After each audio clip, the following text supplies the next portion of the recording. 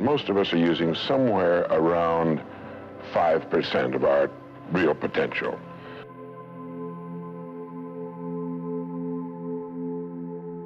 Some experts say as little as 1%. It means that we're only giving about 5% of ourselves to what we're doing, to our days, our work, our families, everyone we know, our entire environment. But it also means that we're only experiencing 5% of the fun, 5% of the joy, 5% of the rewards we could be knowing, or less. All the experts are agreed that in each of us, there are deep reservoirs of ability, even genius, that we habitually fail to use. Why? We know that most people desire by nature to succeed. But what is success?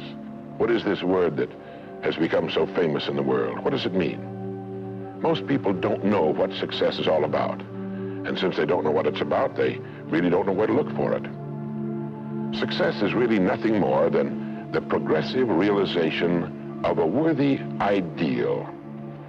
This means that any person who knows what he's doing and where he's going is a success. Any person with a goal toward which he's working is a successful person. This means that the boy in high school who's working toward a diploma, the boy in college toward a degree, is just as successful as any human being on earth, because he knows what he's doing, why he's getting up in the morning, and where he's going.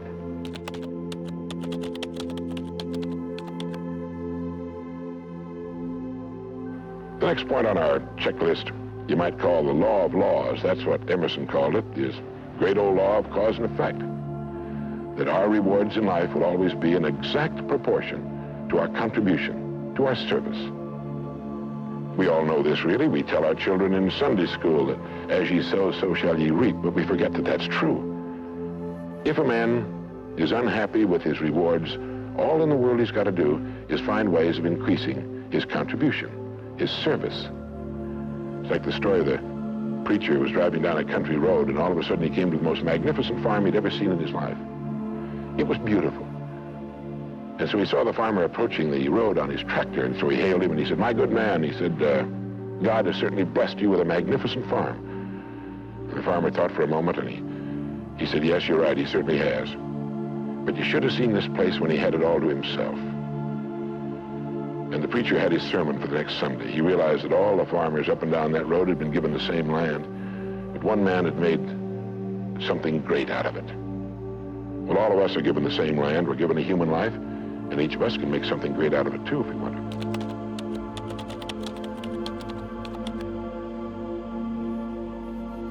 I think it's good to remember that if we just go along with the crowd, we won't wind up with much more than the wish that we could do it all over again, and as far as we know, you can't. If we want to amount to anything as individuals, we need individual goals, individual thinking, individual actions, and we must never conform to the big group.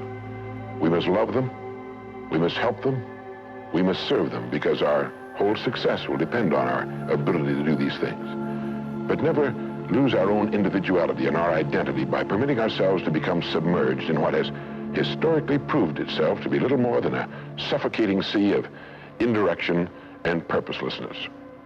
If we want to emulate someone, fine, but let's be choosy in whose steps we follow. It's the only life we've got. And remember to think. Imagination is everything, and we can become what we can imagine.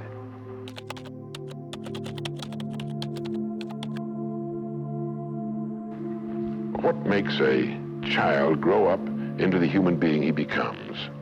Well, this is the reason for that. Of course, he's the confluence of a genetic pool that goes back for thousands and thousands of years. His environment has an influence on him, of course. But what makes him become the person he becomes is that he becomes what he thinks about most of the time. It's as simple as that.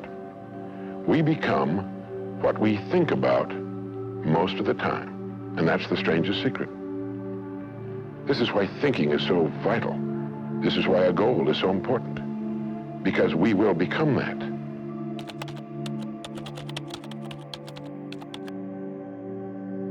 We know that he works 40 hours a week as a rule. 40 hours a week, which leaves him 72 hours a week when he's neither working nor sleeping. 72 free, discretionary hours each week to do with as he pleases. Now, At this point, of course, he's married, he has his little house and his little car. And this is about what he does with his free 72 hours every week. He'll do what the other fellows are doing with their free 72 hours every week, which is virtually nothing at all. On a typical day, he'll quit right on the dot, get in his little car, go to his little house, go in his little kitchen, kiss his little wife, and say, "I'm tired." They've even figured out why he says that. The experts believe that he used to hear his father say that back when men used to get tired working during the day, and he picked it up and he repeats this every night when he gets home. He bolts his little meal and then heads for the living room where he turns on his escape box. Click. Takes 15 or 20 seconds for the screen to light up, a period of time he finds interminable, but he gets through it somehow. Maybe kicks the dog or thumbs through a magazine or something. Then the screen lights up and he does too a little bit, and there in front of him he sees people in all kinds of funny old-time costumes, all killing each other at a great rate.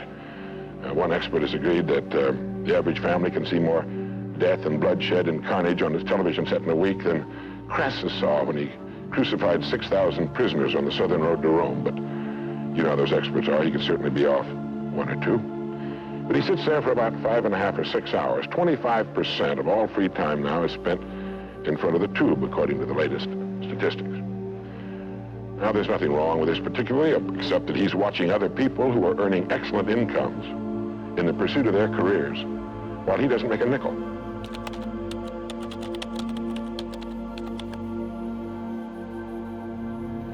But what's the problem? Is there a tragedy here?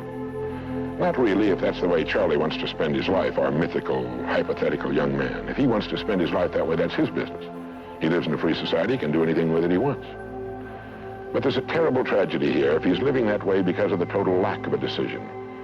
If he's living that way simply because he's still doing what he was doing in the first and second grade, and that's going along with the fellows up and down the block on the unspoken assumption that they know how to live, then there's a real tragedy there, because they've never known how to live, not in all the recorded history of mankind. He never finds out who he is. He never reaches into the deep depths of his abilities, his talents. He never learns that he can have just about anything he wants in the world, that he can call his own shots, tell his own fortune, and it's kind of a pity. If you find yourself getting depressed and down at the mouth, as we all get once in a while, you might want to remember this quotation by Dean Briggs. He said, "Do your work. Not just your work and no more, but a little more for the lavishing's sake, that little more which is worth all the rest. And if you suffer as you must, and if you doubt as you must, do your work. Put your heart into it, and the sky will clear. And then out of your very doubt and suffering will be born the supreme joy of life."